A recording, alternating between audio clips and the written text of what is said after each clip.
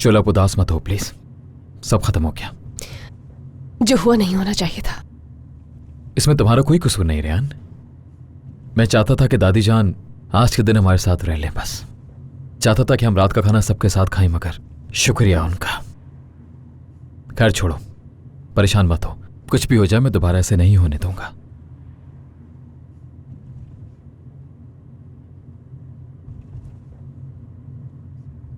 रेहान, मैं नहीं चाहता कि तुम पहले की तरह हर वक्त अफसरदा रहो प्लीज। अब हम अपने घर जा रहे हैं, दोबारा से सब कुछ शुरू करेंगे। आज के बाद तुम और मैं नहीं है, अब हम हैं।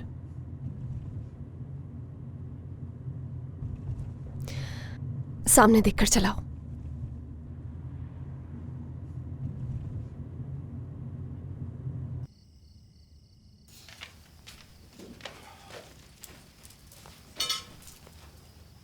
हमदान, बाकी सब कहाँ हैं?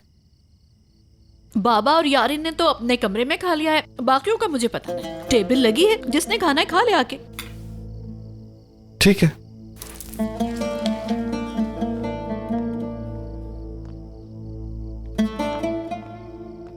ये क्या बात हुई? आपने हमारा इंतजार क्यों नहीं किया? आपको पता है मुझे भी बहुत भूख लगी है। बेटा अगर भूख लगी है तो बैठ जाओ, निगार आंटी सूप ले आएंगी।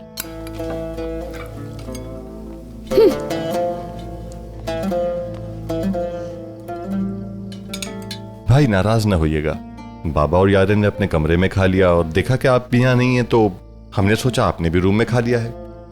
ऐसा कभी हुआ है कि एक ही घर में रहकर हमने अलग अलग खाना खाया हो? भाई हमने सोचा आप उदास हैं बस इसलिए, और आप हैं कि अपना गुस्सा मुझ पे उतार रहे हैं। कहना क्या चाहते हो तुम? मैं झूठ बोल रहा हूं, आपको रियान पर गुस्सा है और आप अपना गुस्सा मुझ पे उतार रहे हैं। ठीक है जहान। क्या ठीक है भाई?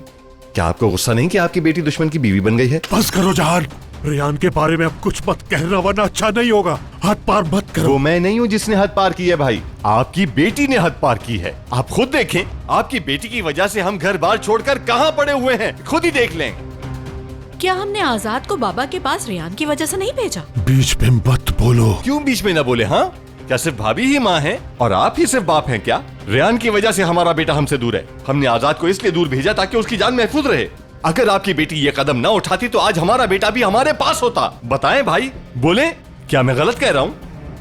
मेरा ज़मीर इजाजत नहीं देता कि मैं ये कहूं कि आपकी बेटी मर जाए। जैसी आपके लिए आपकी बेटी है वैसे ही मेरे लिए मेरा बेटा है।